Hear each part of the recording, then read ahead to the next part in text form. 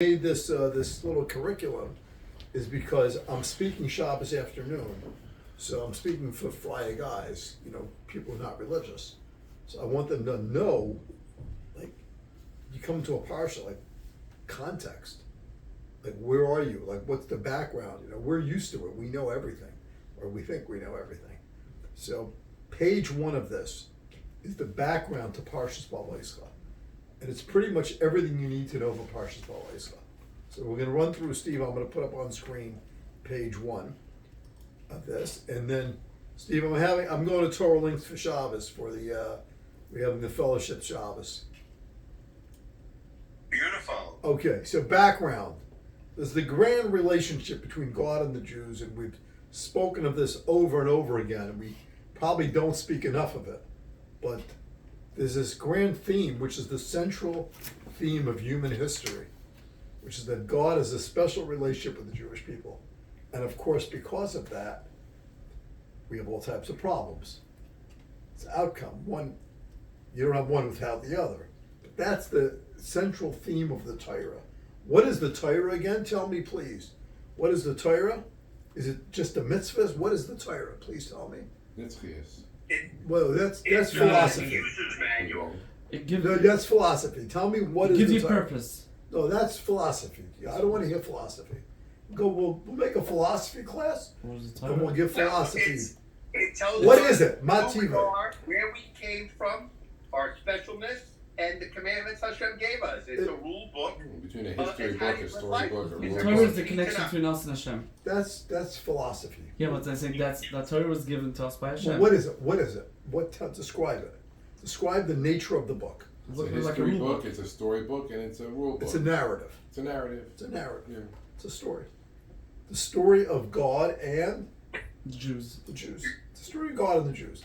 In the story of God and the Jews, mitzvahs is a central element. Eretz Yisrael is a central element.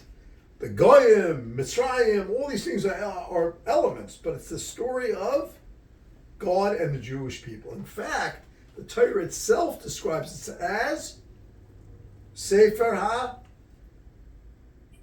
If you were my grandkid, I'd give you a bowl of sushi if you get the answer. Sefer Ha Habris. Right? Sefer Habris is that. Can I still get a bowl of sushi? You can stop raw sushi. The book is called Sefer Habris, and in Devarim it describes itself as Sefer Habris. And the story starts with the world without the Jews. And it shows you what the world was like. There was a man Adam Rishon, there was a man Noach, there was a guy Cain, there was a guy Nimrod, all these different people. But that's not the story. The story is the story of the Jewish people. It's all leading up to the All leading up to it, explaining, sharing background. How did we get to the Jewish people? How did we get to the story of the Jews? Where did they just pop up one day on some island somewhere? There was no Jew, suddenly was a Jew. It's a story of God and the Jewish people. That story of Hashem and the Jewish people begins with which Jew? Avraham Avinu. He discovered Hashem. Right. So to get Avraham Avinu, Chazal tells us, were 20 generations before Avraham Avinu. 10 generations from Adam to Noach, and 10 from Noach to Avraham Avinu. Those 20 generations were described as, anyone get this? You get a roll of sushi? Stuff. It's good. You ready? Tayu vavayu. When the Torah describes the Brias Olam, that we'll show you Bereshis. Let me throw up on screen here. Torah is not Tayu before vavayu, Sheshes Baruch Bereshis. Elokim rachevas al pnei hamayim. So the Torah is describing the history of the world. Hold on. Here we go. I'm going to just read it to you. For those who are on screen, those who are off screen, it's okay. Bereshis bar Elokim Shemayim Sa'aretz. Ba'aretz haises soyu vavayu. V'choshech al pnei tohaim. Baruch Elokim rachevas al pnei hamayim. That's in Bereshis. The Bereshis. So Medrash says, Yeah, the Medrash says that sorry. Tayu vavayu is the first 2,000 years till Avraham Avinu. Avraham Avinu was born in what year? What year of the Bris Island was he born? Soon 2000. Easy to remember. I'll give you a easy way to remember. Close to 2000. Very good. And what year was he born? Very easy to remember. 1948. Nothing to do with the Goyish in 1948. Israel. All he was born in 1948. What? So what is it? What does the Medrash mean? Toy V'voy? What was in the world? Because there's nothing, The word meaning was there's no lacking. purpose. It was an emptiness. It was emptiness. Yeah. It was lacking. Avram discovers Hashem, so that created something more So that's the beginning of the purposeful. world. So Toyu was rakus, as Rashi says, is emptiness. But Udum Rishon, why is Udum Rishon No. said Because, emptiness? no. Avram Avinu brought God into the world. Noach had God. God to the Rosh Hashanah did not. He didn't bring him into the He world. didn't bring it into the world. I mean, he didn't give it over to other Correct. people. So He was the let's first one look to back bring it on into the screen if you can. Background: the grand relationship God and the Jews. No, he tried. So what happens is humanity is. I've tried, but he didn't take it on. He didn't. Rashi said. You're right. He He did. tried. No, he didn't. He didn't go out there. He didn't If take somebody it on. Came, yeah. Tzaddik Oy B'Torah, right? But Didn't that's the take it on. question. Even his generation, he was a tzaddik, and it was hard. Two ways to translate that. But okay, here. You can be a tzaddik and do your own thing. No, I'm saying the question of Reuven Vini in his generation, no, his generation, if he would do the same.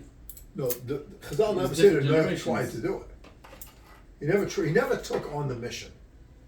By building the Taiva, he took on a mission. He wasn't B'Yikr B'Shem Hashem. He was saving himself. No. He He saved took on the mission to People save himself. hated him. No, right. Hated To save him. himself, not to Correct, save and the world. everybody asked him, and what did he say? He The said it's people going to be a laughed mabul. at- okay, Hashem but they said laughed it's at going to be a him. mabul. They laughed at him. But if he would have gone out there and he wouldn't have made it about him saving himself, It's a he different would- way. It's a different Yeah. mabul. Okay. Avram Avinu went out there. It's definitely not taking it on like Avram Avinu took it on. As what does it say about Avram Avinu? He went out by Yikra B'Shem Hashem. He called the name of Hashem. So let's go back and just look at the background here. Humanity is young. It's the first 2,000 years. It's immature. They don't have, it takes a while for people to gain a sense of what life's about. They're not really mature. People learn how to think. They didn't know how to think in those days. They were sophisticated, don't get me wrong. They were very sophisticated people. But in terms of their understanding of life, they were primitive. They were rooted in physicality, and they're unable to perceive a non-tangible God, a God who's not a baldavar, who's not physical. So what do? Because they cannot perceive a non-tangible God, they create their own limits on the God. They conjure creators and gods, and they come up with God is the sun, he's the moon, he's the stars, he's the this, he's the that, all these different things, right? And this distorts human beings, because human being doesn't know who am I as a person.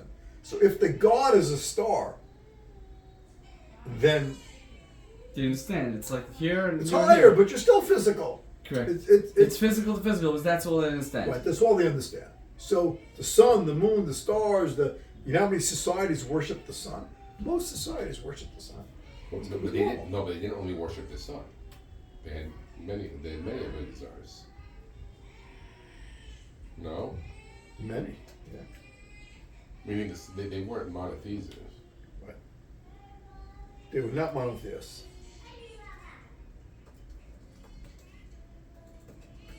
Okay, 1 second.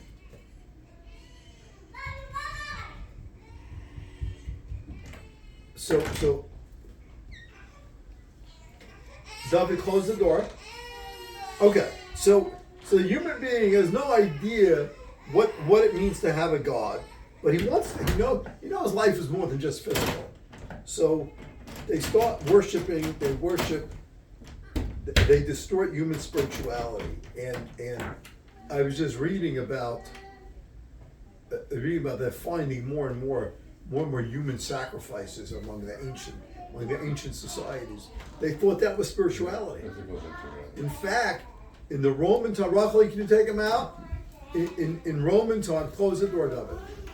Thank you.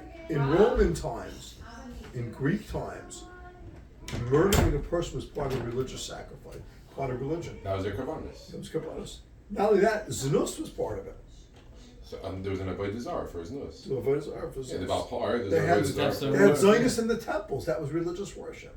So they had a distorted view of what does it mean to be a human being? Because the human being's trying to be spiritual. They really don't know. So what happens? So they take Later away on, pleasure. the Christians accept one God. They accept one God. But they have a problem. He's not tangible. You can't touch him. You can't see him. You can't feel him. He's not in the room. So how do they connect to the one God? So they come up with the schap.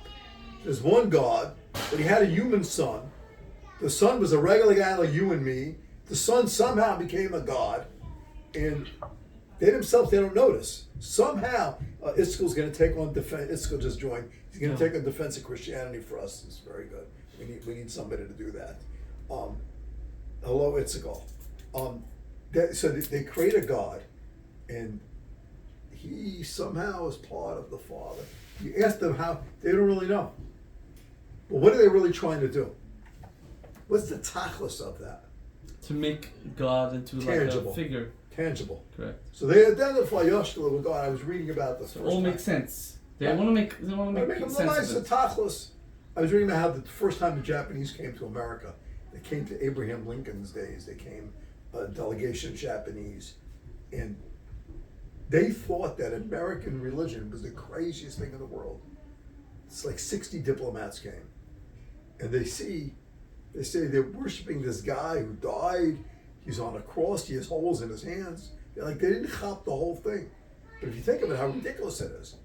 But the person that they ascribe Yashka to, they themselves don't see God as a human. They're trying to make him tangible. What do the Muslims do?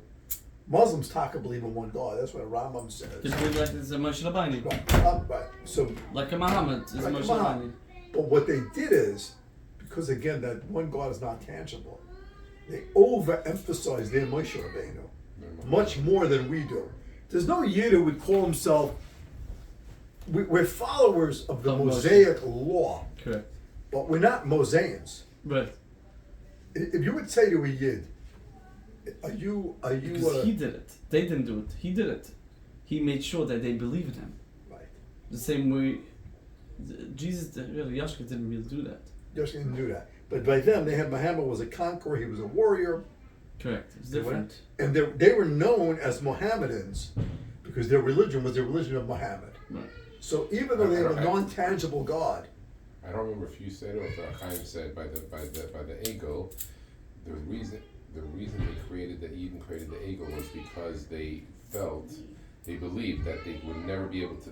There wouldn't be another human being that would be able to represent God as like Moshe Rabbeinu. So they felt that they needed a God to represent God, a tangible God. Exactly. We're leaving. Let's go. So in the world, going on for the Muslims, there are still people on earth. There are Indians who believe that Tibetans that God is through a physical. He's a mountain. He's a this. They consider Mount Everest to be a god. They have all these mishigasin. Because what they're really seeing, what are they seeing there? They're seeing something that's greater than themselves. So everyone believes that God is greater than the person. Now, people have a hard time Defining what it is. Exactly. So, Right. which makes sense. It does make sense. Think about it. If I tell you the sun is God, it makes sense. Right. Look It at the sun. forms the earth. You can't live without the sun. Earth can't survive. Right. It all You makes have the sense. same thing with the wind. You have the same thing with the rain. You have the same Right, thing Right, with so the they grass. worshipped all these things. Yeah. The rivers. It's not and really the same because the sun always is there every single day. Wind At the is same also time. always there. No, wind is not consistent. No, but there were those who I worshipped think the sun wind. is like every single day, the same time, goes in, comes out. It's like it's There were like those very who worshipped the predictable. wind. There were those who worshipped. Again, anything greater than you Is correct. starts to open up your Mother mind. Nature. Wow, this is so much greater than your Mother Nature. The others, which is science today, only that which you can see do they believe is real. And they deny that the halal is any spirit world. They deny there's anything other than physicality. And that's really where science is at today, is that there's nothing in the world but pure physicality. But who created physicality? So that they don't have an answer to. So how could you? They say they don't know. They don't know. What do you mean? Who created physicality? Evolution. Yeah, but they who had- who started Who it? started it? It's, They don't you're know always the going to come answer. back to the same question. So the second you don't know the answer, then you can't say it's just science. Right. It doesn't really make sense. Right. So they don't have an answer. So they go back. They say they push it back far enough in time. That's where the Big Bang comes in. Yeah, Big Bang. It's The far Big enough Bang in- also started with something. Right. So who made the Big Bang? How did it happen? They don't know. Why would the Big Bang start to burst? Right. There were cosmic planets, and one from So one who day to created the those next, Who made planets? the planets? What? They don't know. Taiki, huh? Thank you. Right. They don't know. So we don't know. Yeah, so they But, claim that but it's not eventually give us important times. enough to them.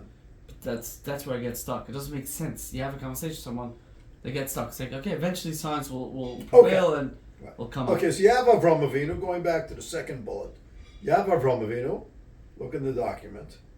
Avram Avinu is the first Jew. He raises awareness that life is not rooted in a quasi-spiritual creator. And he wants to overturn paganism. That's why he gets into a war with Nimrod. Right. And he accepts a mission to bring awareness of Ruchnius into the world. Awareness that there's a Rabbi Shalom, Hashem created the world, he runs the world. When you write he accepts the mission, what does that mean? He accepts it. Takes it on Christ. He says, my Christ. So Hashem asked him to? Before Hashem asked him, V'yikra b'shem Hashem. He was the one that discovered Hashem. So Hashem didn't ask him he anything created the mission. Yeah, but it wasn't a formally assigned mission. He started, and Hashem said, okay, No, you but started. the way you write it, he accepts a divine mission. that's- It that's On means- himself. By What? the bris. First he accepts it by himself. No, meaning he's accepting it. Rabban's asking me to be the CEO of BMG. So the Rabban is asking Avraham Avinu At some to point, go Hashem out did there by and the bris. spread By the bris ben Psarim, Hashem did. Okay. Initially, it wasn't a bris. And this is the Did. biggest chiddush in the world. I never understand it. Is how he himself was almost wanted to Shech Yitzchak. Right. Never understand it, but yeah. Okay, so now what happens is his family forms the Jewish people, and they're immediately tested. What's their test? You think how logical this is? Their test is they're sent into the most physical, lowly, sensual world possible, which is Mitzrayim. So you want to do the job? Go do the job. Let's see how you do. Let's see how you survive. Before you change others, what is We'll that? try. We'll take Before you you to change, cleanest. let's see how you do. Right. You want to go change the world? You gotta practice what you preach. Try what you preach. Right. Let's go see what you could do. Okay. And I did a horrible job. What I found fascinating when the rabbi said a few weeks ago was the Atzei Shittim. When Yaakov Avinu planted it, and hundreds of years later, the Yidden took it out. Right. So imagine these slaves from generation to generation are telling their kids About about these trees. Meaning Right. the belief was so strong. That's that- all we always had that. Mm. Yeah. The rabbi said it once about NASA. They want to send something up to a far planet. And said the only people that could it takes like hundreds and hundreds of years. The only people that are able to do it are the Eden because they give over their belief one generation. One to the next, because the Right. job's never going to fit. Right. So that There's a people Gemara die. about that. There's a Gemara measures where they saw he was planting, an old man was planting a tree. So there's a guy comes up and says, "Why are you planting a tree? You're not going to live long enough to see it." In Yiddish, he said, "Chub kinder b'daineklach," you know, like. I was thinking about next generation. Right. Okay, so what happens is they start out in a world of Mitzrayim. They're freed, and when they're freed, they're taken from Mitzrayim, and what do they put into? It's Midbar. It's a total contrasting world, right? That world of the Midbar It's another test. it's That's totally an ultimate different. test, no? It's different. Here, no, because you They have already the Nana freed. Kubid, they have the Bashal Miriam, they have the Mon, they have zero No, but they're of still not happy. physicality. Yeah, but Correct. no, because they feel like somebody's father passed away, gives you $100 million. You're like, oh, finally I'm free. It's also not So normal. now I'm going to put you to the challenge. Right. It's also not normal. You know, the state of the Midbar is not a normal state like us. It's the Hepech of Mitzrayim. So they start out like whipsawed. They start out. From every angle. They start out like, okay, Slaves. you want to do the job? Let me see how good you are. Let me see. Okay, you say your kid comes to you, says, "Ta, I'm gonna go change the world." But you say, "Listen, favor, calm yourself down. Don't fight with your brother." So you put him in a bar, you put him in a fight, you put him in a thing. Let's see how he does. And then he comes out and he's put into this world of pure ruchnius. And what do? They revert to the essential human desire for a tangible God. So they make an egel. They lose Moshe Rabbeinu, and right away they make an egel. So what does Hashem do? Hashem says, I'm going to give you two frameworks to help you with tangibility. One is mitzvahs. A siyasa mitzvahs, physical mitzvahs. Put leather straps around your hand. Eat this, don't do this, do that. It's a whole physical framework. Mitzvahs, there's a strong ruchnius element to it, but it's not just meditating with some Buddhist guy. Just to feel like you're doing something. It's physical. Mitzvah very physical. Lulav, Esrei, Kiddush, Shabbos, it's physical. What you can and can't do in the physical world. And he gives them a Beis HaMikdash, which that Beis HaMikdash is that spirit world in which the physical is restricted and it's sacrificed. You can't have Tumah, you can't go beyond here, there's all these Gedarim, and in that world, the spirit is sacrificed, which is Karbonis, that constant effort over and over, the body gets sacrificed, physical doesn't matter. Okay, so they work. Aaron, Yes. I'm sorry, I just wanted to point out, when you say the Jews are freed into a contrast world, maybe, people say, are you really free people?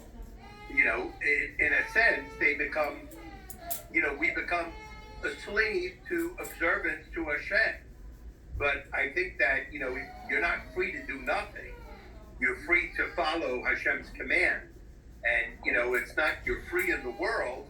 I mean, we all have all of these limitations that we put on ourselves because of our understanding that we're not just a goy, we're something special. So I heard. Yeah. What you're saying, I want to put a term to it, that when we talk about freedom, we don't mean freedom in the Western sense of freedom. The Western sense of freedom is individual rights to do whatever you want. Right. That's not what we mean by freedom. I'm just saying for the Friar kids, or the people you're dealing with, they may, that may be something worthwhile because they'll say, well, look, none of you are free. Everyone, looks the same, does the same. Everyone's a shul. There's no choice here.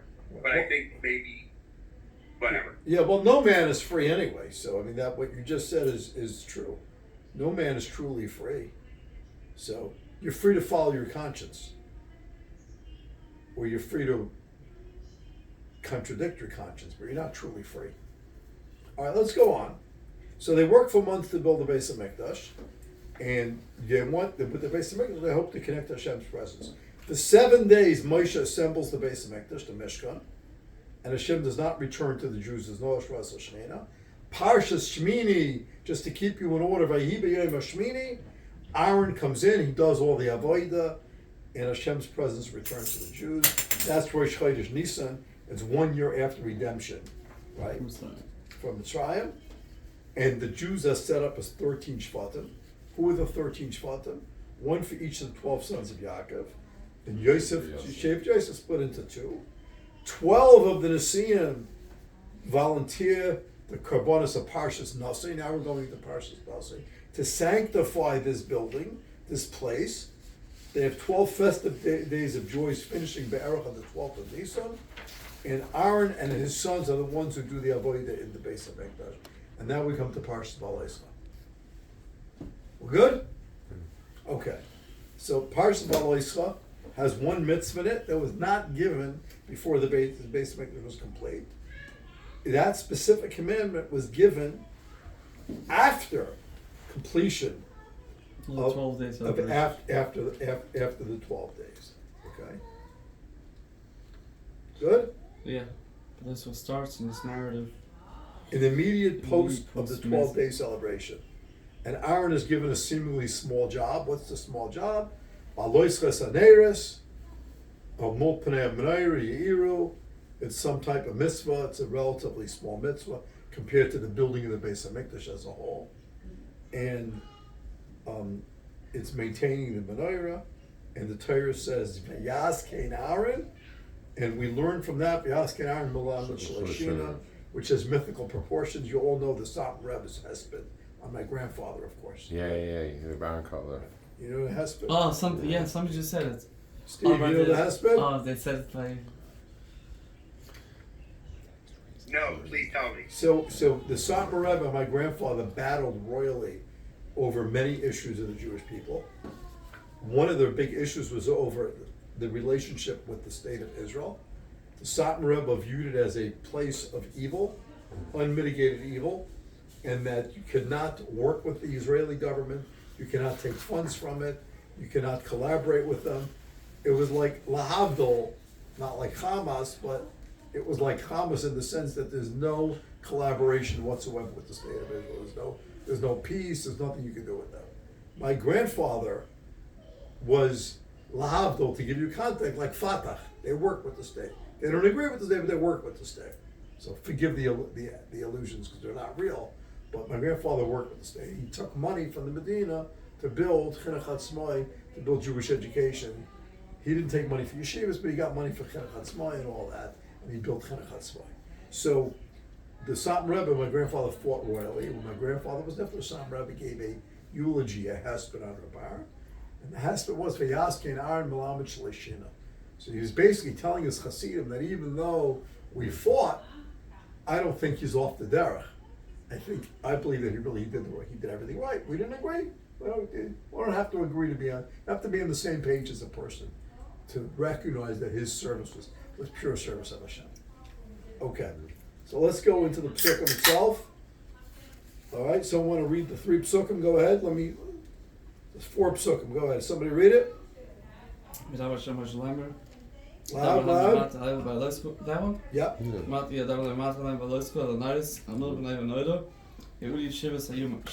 Sorry. Yeah. Yeah, he lit the Shivas Nairis. Okay, he tells him, speak to Aaron. Vias keine Haaren, und nur bleiben Leute, und Nairis Kasher zu Hashem es Moshe. Right? Cain also said, yeah, we did it. Yeah, make sure so. Adi Reiche, make sure he Kamara Asher Hashem es Moshe, kind of say as a Menorah. Okay, so before you go to the next like page, a visual, right? Some sort of visual thing, and that's exactly how And we did. he copied. So what do you, very fast, high level, what do you read in this? It's a mitzvah something with the neighbors, when you raise up the lights, you're supposed to do something and all that. And for some reason the Torah says, Vayaskein Aaron is that he did it and everything was good. Let's now go into Chazal. Let's see Rashi. Okay. First thing Chazal says that Aaron was upset. And he wasn't part of the Nisim. Right, and he was given this as consolation. Right. Okay. So why was he upset? Because every day another Nasi brought their carbon. So why did he bring his own carbon? Because every Nasi brought their carbon. Why did he? Because they got Riach HaKodesh to bring, and So he who stopped him? Because he didn't have that revelation to bring. He said, "What else bring? Why did he bring?" Because it's not just monkey see, monkey do. It's not the because revelation from God. Moshe Rabbeinu. What? It's not because he wasn't Moshe Rabbeinu, meaning that he wasn't the one taking out the Yid from Mitzrayim, and he was even though his older brother. This is not taking out of Mitzrayim. Here the tribes still, are gathering. Throughout this whole journey that they had. Let me rephrase the question. He chose not to bring a carbon. Mm-hmm. So how could he be upset? Again, the only reason the other Nisim brought karbunis was because they got the divine presence. You're telling me things that are not. I'm not disagreeing with you. It's not in the Torah. It's pshat, right. Yes, I want to understand the pashta pshat before we get into esoterics. Okay. 12 Nisim bring karbonis. Right. Aaron chooses not to bring a carbon. Whatever reason, you're giving a reason. He chose not to. Yeah. So why would you be upset that you didn't bring a carbon? Not only that, why would you be upset? Aaron HaKohen, who brought the presence of Hashem to the world, to the base of Mikdash in the first place? By Yibayam Mishmini, who brought the Shekhinah? Aaron, and he was on the makro of the karbonis. And he was makro of karbonis. No one else could be makro. Right. So for 12 days, who's the guy doing the real work? Okay, Aaron. So what are you upset about? Okay. So Rashi, I want to read Rashi. Rashi says, right? Rashi says he's upset because whatever. So I have question number 1 is why is he upset? Any comments, anybody? Question number 2 is what type of counsel? When you're in power, Aaron, when you give someone, you're the CEO, but let's say the second in command. Well, I'm hiring Isaac Rubin to do this and this and this. He's going to go home to his wife and say, I see the writing on the wall. What's the writing on the wall? There's nobody's allowed to go into the Kodesh Kadashim. He has exclusivity. There's no writing on the wall. He has total exclusivity. No one is allowed to do the avodah. Everyone else is a fine schmecker with a nice Tesla outside. Well, he's the actual Zach. Yeah, they can bring all you want. Bottom line is, You know, when you go to the White House, they say, okay, you can go here, you go with the tourists. Everybody stops here. So what is he upset about? And what type of consolation? What type of consolation is this?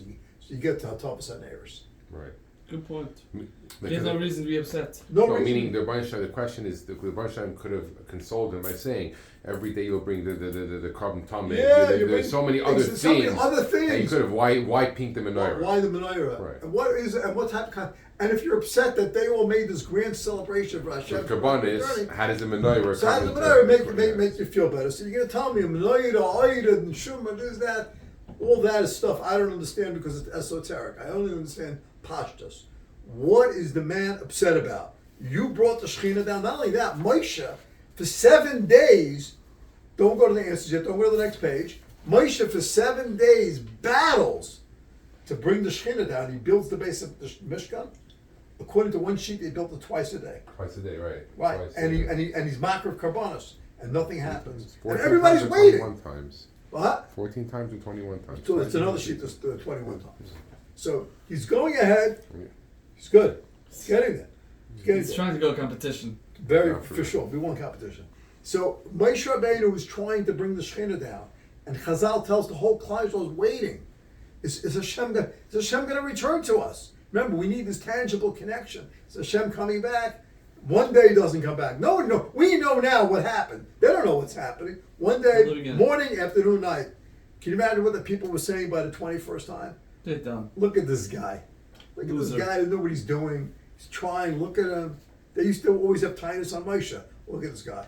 And then Aaron comes in on the first try. He gets it. He gets it. And he's upset. And the whole Klal Yisrael is watching, by the way. That's the whole parshas Shmini, which we learned in parshas Shmini. Everyone's they're watching him, and the pressure's on. And he goes in and he davens with Moshe, and they come out. He blamed Moshe. He thought, V'hi noyam Hashem Elokeichem. V'hi noyam.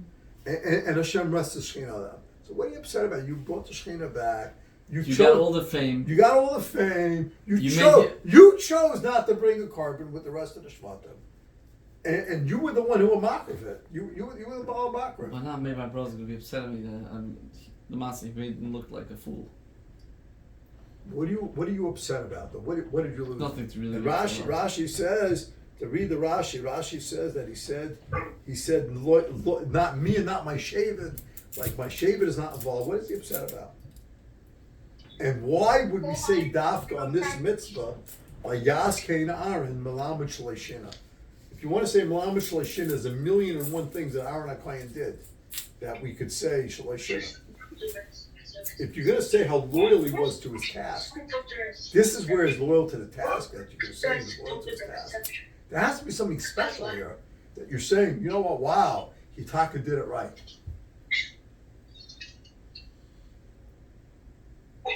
My son said because I'm going to see him worn by the Eagles.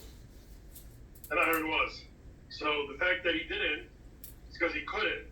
And it was Moira Kittrik of the Eagle. You're telling me things that are not in the Torah. So anybody can say anything they want, and I have no objection to people saying anything they want. Because he had a bad headache that day. But he had a bad headache. He didn't have ruach hakodesh. Everybody can say anything they want. But I want to know Lamaisa, in the big picture, why is the man upset? You brought the Shekhinah down. You did the avodah for the 12 Nasiim. They couldn't do the avodah. Any Nasi would have come up to do the avodah. He's finished. He's done. And on this we say Melamed Shalashina. So let's go on in Chazal. So 3 questions. Why was he upset? How is it a responsibility? Why is he praised? So let's see the following. The Gemara in Zvachim. Gemara says, Hatavas HaNeiros, Hameitavas HaNeiros. What does Rashi say? Rashi in Zvachim. This is cleaning out the debris of the old wicks. Removing the ashes from the lamps. It's removing the ashes from the lamps. It wasn't even an avodah. I have to find it, but I saw, I forget, it's either a Rashi or a Gemara, that the avodah was, he had to take off the candles were removable according to one sheet. It's not like this. Right. Were they removable? He had to take them into the kitchen in the oil mayit, take a sponge and clean it out. No one even saw him do the avodah. So let's contrast. The Nisim have a taram. What's happening here? They have a taram. They have an adirenu. They have. Let's see the Orach Chaim for a minute. Zok the Orach Chaim, the cleaning of the lamps, candlesticks, filling up the bowls with half a lug of oil, the removal of the bowls, the wicks being deposited on the floor, cleaned with a sponge and filled with oil, new wicks being inserted. It's a machlokes with a detachable or not. Whether it was detachable or not, the avodah was the avodah of cleaning out the menorah. It wasn't even an avodah of being makar of a carbon.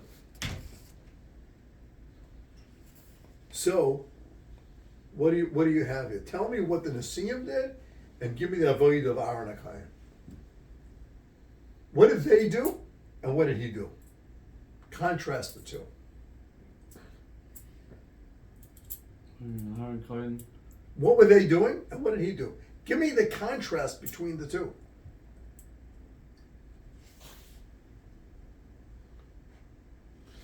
Listen to this. I'm sorry for deviating. Go ahead.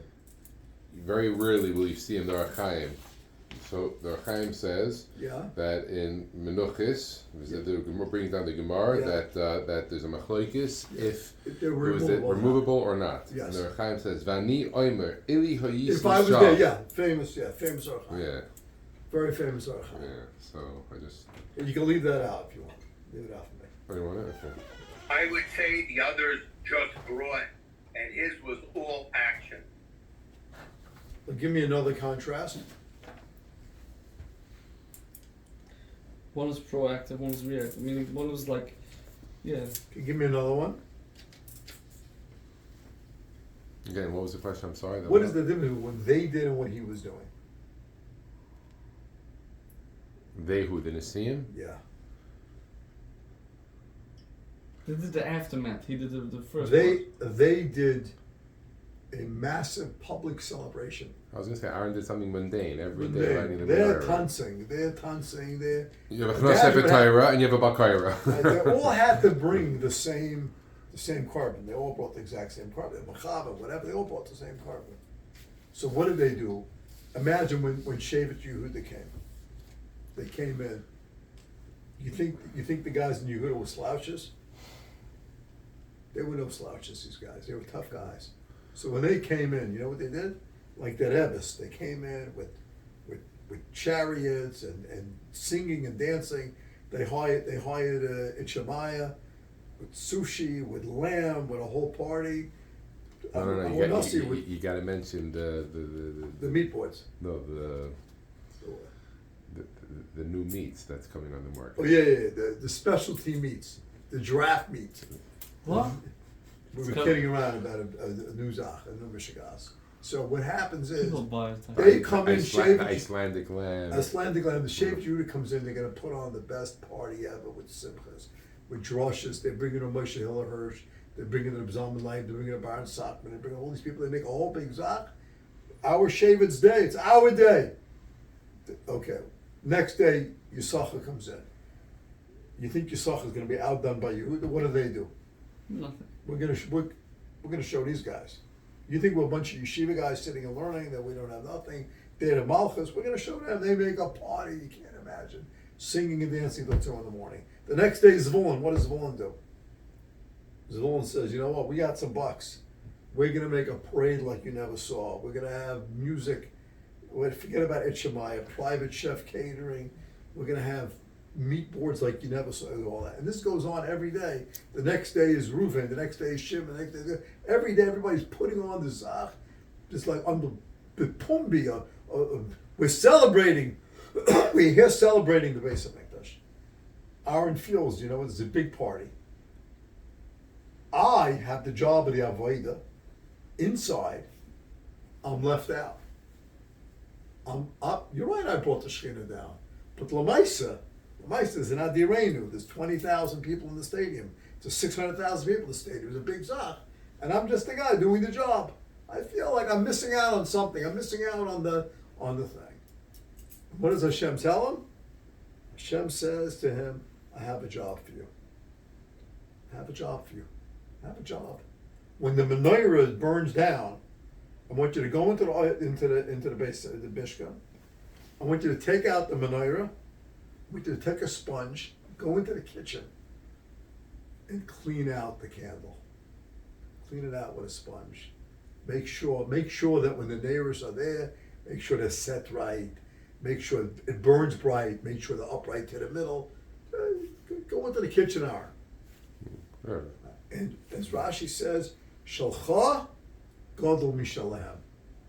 In real life, the guy with the fancy car, with the fancy house, with the dire, with the money, with the Rosh Hashivas, with all this stuff, it's all nice things. But Shalcha gadol mishalem. You go in the kitchen, go wash the dishes. Go clean the dishes iron. But we need the Rebbe Hashem to tell it to us. Your bunch down there. Shalcha gadol mishalem. That's much bigger. And if you do that right, But you also understand it, right? No, that's why we need the Rebbe Hashem to tell it That's to the us. thing. But now that the Rebbe said it makes sense because that's the one that nobody gives credit but to. once nobody gets credit. the Rebbe Hashem Hashem tells says us you should something, know- we justify it in our You mind should for know, it to he make says sense. two things are going to happen. First of all, this base mix is going to fall apart. And what's going to save it is the purity. The few chashmonayim. That purity is what's going to save it. That atavas haneris that you That's do, again. that's what's going to survive. That atavas haneris that you're doing is what's going to is going to be what lasts.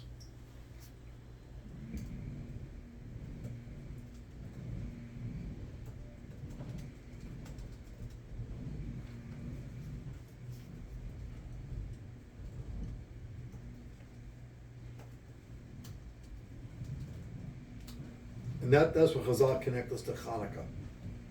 So just bringing this full circle for a second. So Aaron HaKohen is given a job. Hashem tells him, forget about the Nisim. What happens to the Nisim in the end? We talked about it a few times. What happens to them? They perished. They all died. Yeah. So a few weeks You later, weren't clear how. it's a machlokes in the Medrash. It's a machlokes whether the Messiah, whether Adas Kaira, the different shlach, there's different midrashim. But it's clear from the Torah that they die because Moshe Rabbeinu has to take Nunasim. So they, with the whole Tanam and all, it doesn't last.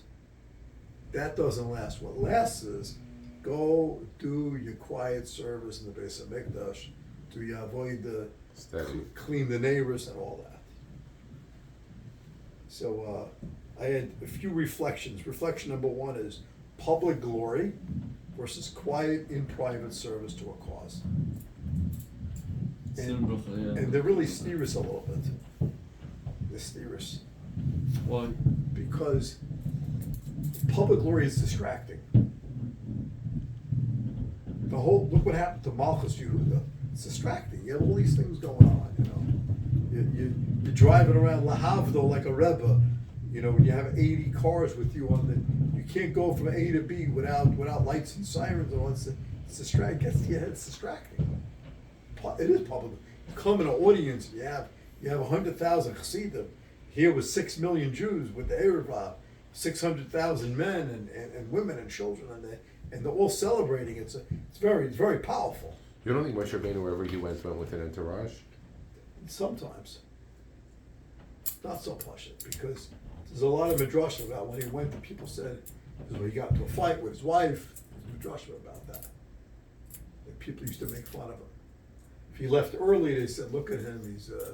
His wife got into a fight with him." If he left late, they said, "Look at this guy. He's busy with his wife all day." They fought with him. They gave him a hard time. They certainly were not surrounding him with cell phones all day in hero worship. That for sure not. Taking pictures and selfies with him and brachas and all that. Right, the second reflection is think of modern society, what it emphasizes versus what we emphasize. And then the last two is we said this end of the story of the Nisim. I think in fact the Shevet Levi kept separate. When everybody was celebrating, Shevet Levi said, we're not certain mile of being separate. We don't go with the Joneses. Everybody's running and doing and flying. We're going to do our own thing. We don't need to be part of that.